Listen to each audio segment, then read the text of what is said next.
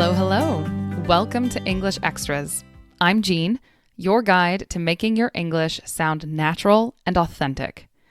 This podcast is all about helping intermediate and advanced learners move beyond textbook phrases so you can express yourself with confidence. Want to follow along with today's episode? Check out the transcript linked in the description. It's packed with key vocabulary, definitions, example sentences, as well as links to additional resources to help you take your learning to the next level. Ready? Let's get started. If you ask any of my more advanced students what I, as a teacher, recommend to them to level up their English, they will likely tell you anything by Aaron Sorkin. Aaron Sorkin is a screenwriter. He's written award-winning movies and TV shows. He is an absolute genius, and I love his writing so much. One of the reasons why I enjoy his writing so much is because he doesn't simplify his style. His style is very sophisticated. His choice of vocabulary and grammar is not lowered so that everyone can understand it. This is why I think it's perfect for people who are trying to level up their English. Watch and study anything by Aaron Sorkin. Before I mention specific titles, and I will also be talking about movies and TV shows not written by Aaron Sorkin, don't worry, I want to first talk about one of the other biggest pieces of making that jump from intermediate to advanced, and that is mindset. Here's my biggest piece of advice regarding mindset. If you are currently intermediate and you want to get to advanced, nothing is no longer too advanced for you. In fact, anything you think is too advanced, I want you to run straight toward it, because now is the time to go beyond your comfort zone. You're not going to progress beyond intermediate if you continue to interact only with intermediate level materials. Now, I do have some practical tips I'd like to share, some actionable steps you can take while you're interacting with more advanced material. Don't be afraid of subtitles. Here, I'm talking about subtitles in English. If you are at an intermediate level, I highly recommend changing the subtitles from your native language to English. If your goal is to leap to the advanced level, then now is the time for you to start learning English in English. Subtitles are a great tool for a couple of reasons. One, it helps you better understand what you're hearing.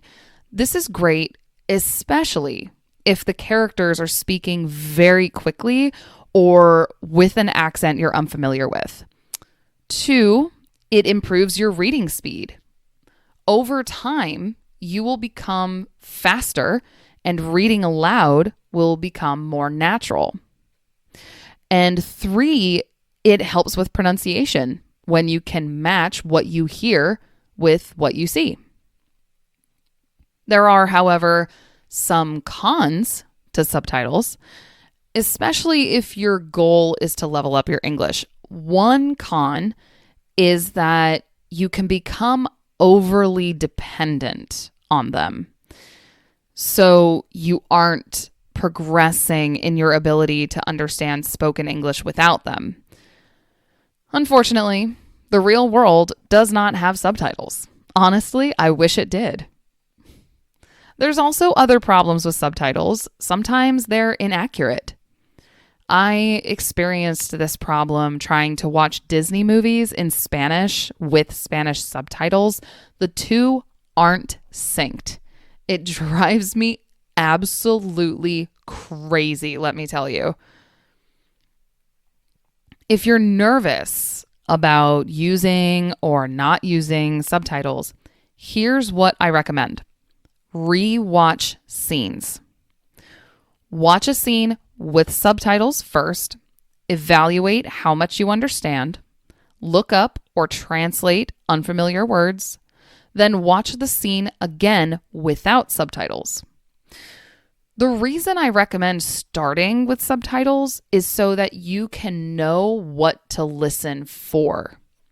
If you want to challenge yourself, switch the order. Watch a scene without subtitles first, evaluate how much you understand, then watch it again with subtitles. How much did you correctly understand? While you're watching, make sure you have something near you to take notes so you can write down new words and phrases. It doesn't matter if it's your phone, your computer, a tablet, or a good old-fashioned pen and paper, whatever it is. When you come across a new word or phrase, write it down. You don't have to look it up right then, but make sure you take some time to look it up at some point.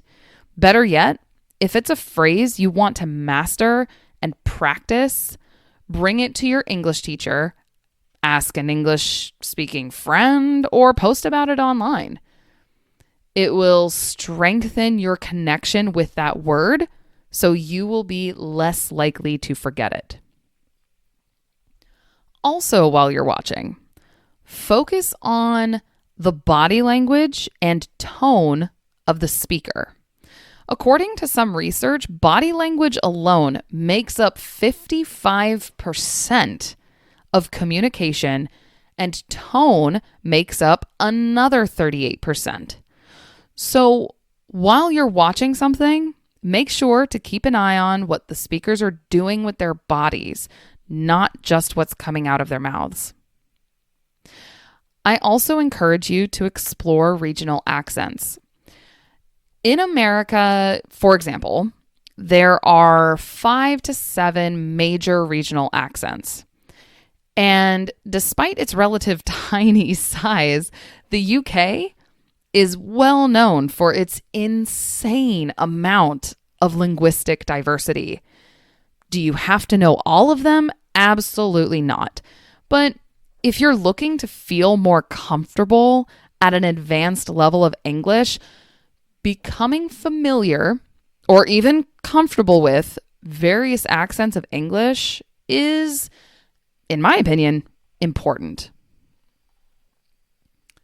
Now that we've got all of that out of the way, let me jump into specific titles and why I think they would help you level up your English. Let's start with movies.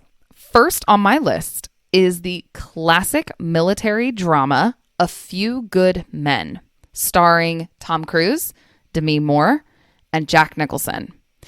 It came out in 1992, and it was written by Aaron Sorkin.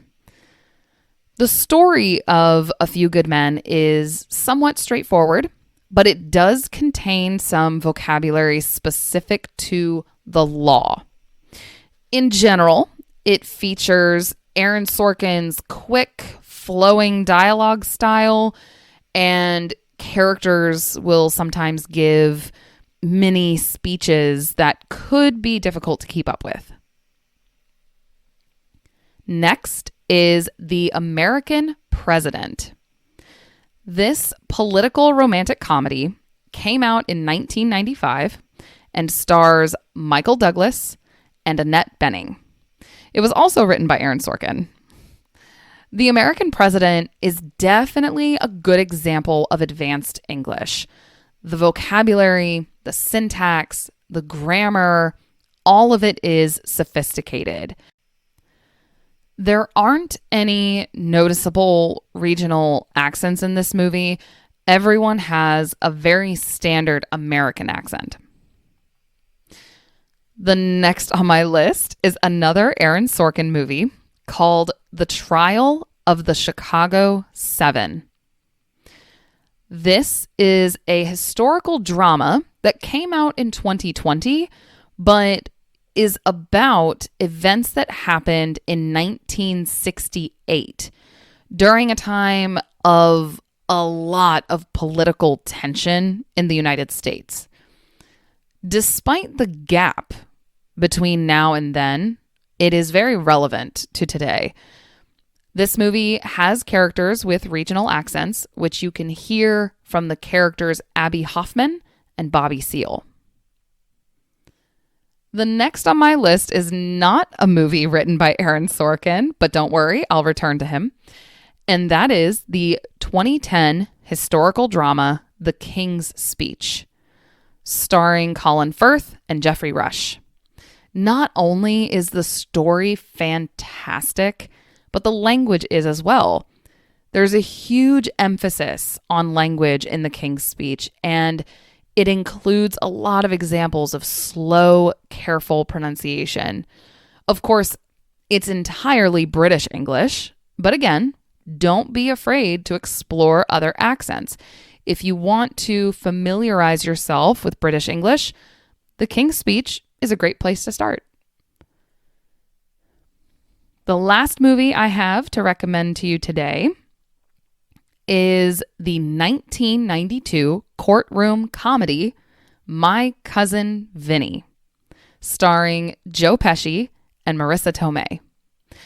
I always recommend My Cousin Vinny to my advanced students because it gives you a fantastic example of two very different American accents, the Brooklyn accent and a deep Southern accent. So it's fantastic for training your ear. In fact, the difference between the accents is part of the story. There's one scene where the judge cannot understand a word Joe Pesci's character says because of his accent. It's also a hilarious movie and full of quirky, everyday phrases. Now let's move to TV series. And yes, I am returning to Aaron Sorkin for a moment. There are two TV shows written by Aaron Sorkin that I want to recommend: The Newsroom and The West Wing. Both of these shows have fast-paced speech full of rich vocabulary and sophisticated grammar structures. The Newsroom specifically focuses on real-world events, and there's even a lot of debate, so you can see how to argue with someone about an idea. The West Wing is more political, and it is a little older as well. The Newsroom is more recent and more about actual events.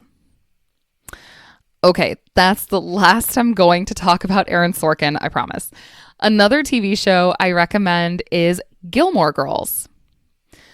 The thing that sticks out to me most about this show is how fast the characters talk. It's fast even for native speakers.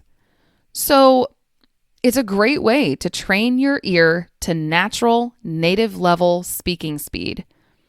It's also what we call slice of life, meaning that it's centered around everyday drama. So the topics will be full of useful vocabulary and expressions. If you're more interested in the law, the TV show Suits might be a good option for you. Yes, it has a lot of legal vocabulary, but there's a lot to learn from the way the characters argue with each other. Watching it can help you explain your ideas more accurately. If you like really intense TV shows, then you might want to try Breaking Bad. Breaking Bad is a massively popular TV show in America, and it's a great way to explore a variety of speaking styles. It also has a lot of slang and idioms. Also, it's just a fantastic story. And finally, I have to recommend SNL. which stands for Saturday Night Live. SNL is the perfect show if you want to learn the newest expressions and slang. It's full of cultural references and fast-paced humor. It's also divided into small sections, so you don't have to watch the entire show. Instead, try watching clips on YouTube.